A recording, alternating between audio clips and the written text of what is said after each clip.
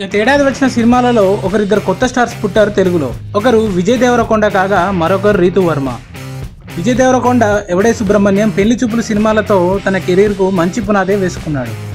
పెళ్లి చూపులు సినిమా టాలీవుడ్లో ఎంత బిగ్ హిట్టో మనందరికీ తెలిసిందే. ఇప్పుడు ఆ సినిమాకు పనిచేసిన టెక్నీషియన్స్ మరిన్ని సినిమాలతో వరుస అవకాశాలతో బిజీ అయిపోయారు. విజయ్ తన కొత్త సినిమా అర్జున్ రెడ్డితో మనందరినీ పలకరించడానికి వస్తున్నాడు. ఈ యంగ్ హీరో త్వరలో ఓ ఇంటివాడు కాబోతున్నాడట. అదేనండి, పెళ్లి చేసుకోబోతున్నాడట. విజయ్కి ఎప్పటి నుంచో ఓ గర్ల్ ఫ్రెండ్ ఉందట. ఆమె పేరు విమ్మి. ఇప్పుడు వీరి ప్రేమను పెళ్లిగా మార్చుకోవాలనుకుంటున్నారట.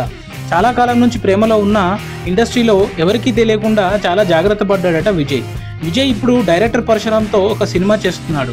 దీనిని అల్లు అరవింద్ గీతార్ట్స్ బ్యానర్ పై ప్రొడ్యూస్ చేస్తున్నారు. ఈ సినిమా తర్వాత ఈ యంగ్ హీరో పెళ్లి చేసుకోబోతున్నాడని ఒక ఇంగ్లీష్ పత్రిక ఈ వార్తను ప్రకటించింది.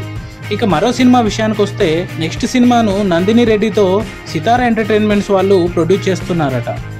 వరుస ప్రాజెక్టుతో కెరీర్ ఇప్పుడే ఒక గాడిలో పడింది కాబట్టి పెద్దలను ఒప్పించి పెళ్లి చేసుకోబోతున్నాడట మన విజయ్.